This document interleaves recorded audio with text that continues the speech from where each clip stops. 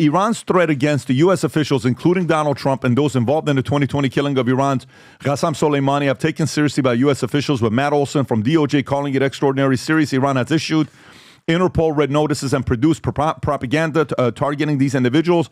While some of those threatened receive no government protection despite being on Iran's hit list, the Biden administration has ramped up security spreading with Congress, allotting close to $150 million annually to protect former officials like Mike Pompeo, Mark Milley. However, others such as former National Security Council members Robert O'Brien, Victoria Coates, and Matt Pottinger are spending hundreds of thousands of dollars on personal security. They are pushing for increased government support, arguing that Iran's threat are not just idle internet chatter. Adam.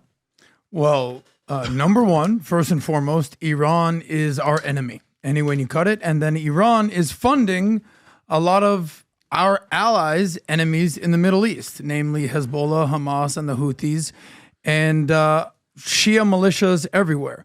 So how much credibility is in this story? I would actually give it a high credibility. What did the Ayatollah of Iran tweet out recently about a robot that will be used to kill Trump? What was that whole reenactment? I think it was an older tweet, but it resurfaced. Older video. Okay. Older video, but it showed how to kill somebody like that. And listen, Iran is notorious. You've taught Magba America. The fact that I even know that in Persian, Magba America, death upon America. There we go, guys. I know Farsi now. Is reality of this, but the rhetoric goes both ways. Trump this past week was like, we're going to bomb the shit out of you, Iran. I don't know if you can find that clip anywhere, but sometimes rhetoric is needed, but sometimes action is needed. And Iran, don't look now, but Iran, 10 days ago, sent 200 plus missiles into Israel. Hot war, no longer rhetoric, and they're bracing for a response from Israel. So whatever's going on in the Middle East just got very real. And we're going to see, you talked about what cities they would potentially bomb. Mm-hmm. What were the cities, or what were the historic? Israel bombing Iran? Exactly. If they would, Israel, it would be Isfahan. Yeah, Isfahan. Which is the equivalent of what? Isfahan is a very, very historic city. No. Very. Isfahan is like the you can say Paris. It's really? Lots of history there. Yeah, I mean, the most interesting thing about Iran is, the people are not governments and governments are not people. Do you know, of all the countries in the Middle East where Israel and America has the highest approval ratings is amongst the Iranian citizens? But if you just think about Iran and the governments, we're at war, we're at odds with these people. But the people of Iran, the Islamic Republic of Iran, formerly known as Persia, beautiful, smart, cultured, and they've been hijacked by this theocratic, thug-like regime. And I don't know, but I think their days are as close they've been to being numbered in since 1979. Rob, what is this?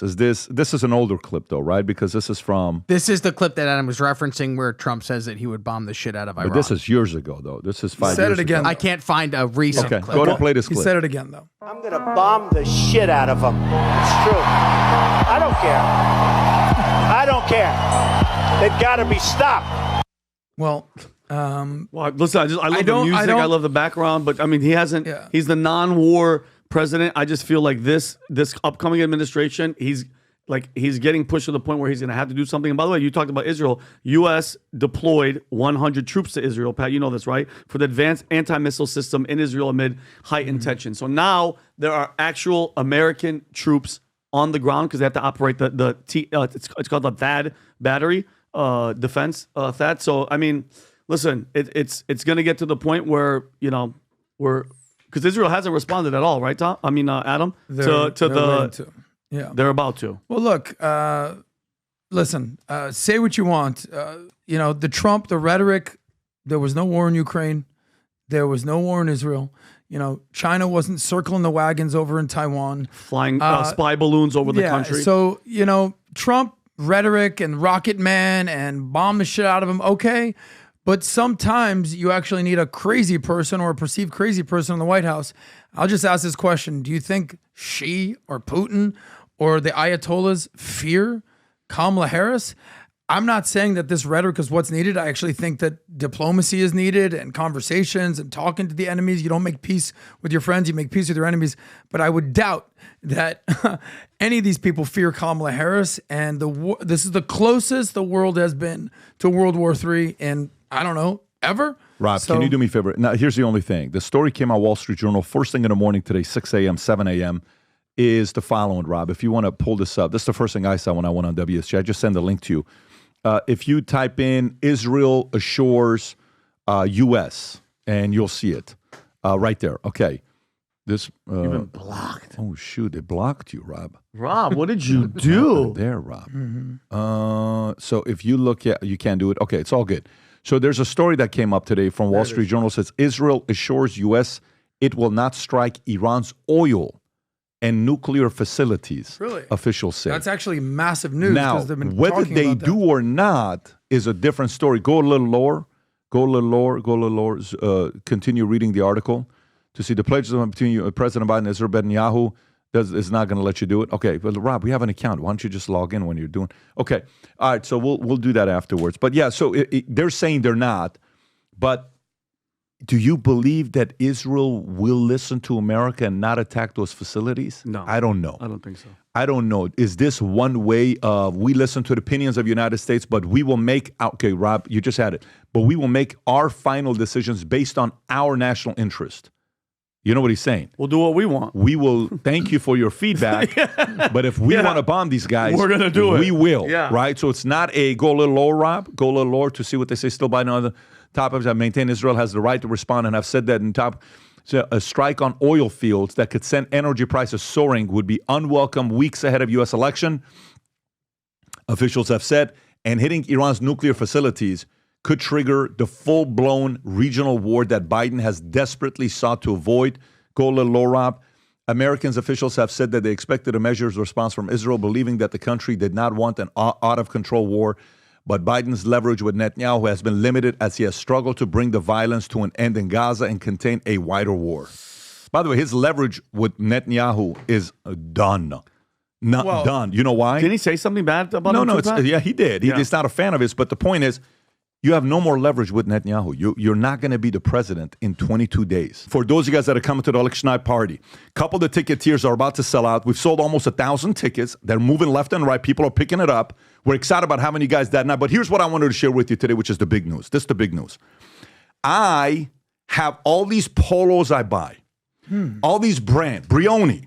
You know, you go buy, I'm going to buy this Ferragamo. I'm going to go buy this. And then a week later, I take it to the dry cleaners. Boom, the collar goes like this. I can't stand it. I'm paying $700, $800 for this stuff. So I go to a Yankees game. Mm-hmm. We're at the box upstairs. I see this Yankees shirt. I am like, this is sick. I'm not even kidding with you. We bought 3 of them. The reason why we bought 3 of them, because one of them, I sat on a candle, it burned. I don't want to get into that story. I have to buy 2 more, but I'm telling you too much story. I came back and I said, I want this. And I went to Chris and I went to Ben. I said, guys, I want this except for Valuetainment, and I want the collars to stay like this. I don't want it to come down. So guess what we have now? These sold out at the Vol Conference. Within seconds, they sold out. They're now here. The future looks bright. Polo, high quality, all custom, by the way. Valuetainment logo on the back of it. It says future looks bright. We have different colors, Rob. If you're on it right now, we have the black, the gray, the blue. You pick and choose different sizes. The material. It's like air. It's like air. Just look how it dances. Watch this. It's a dancing. Watch dancing this here. Queen. I wear these 3 times a day. The only reason I'm wearing this today is because I'm doing a video ad later on. But if you are somebody that loves Valuetainment, you sport our gear, and you want to go out there and wear it at work, and you want to look professional, go to the latest Future Looks Bright polo that came in. By the way, this will sell out in absolutely no time, and then you're going to be left having to order a size medium while you're an extra large. Medium. And it's not going to be a good look because that's what Adam does. Adam always goes looking for mediums. But so if you like this clip and you want to watch another one, click right here. And if you want to watch the entire podcast, click right here.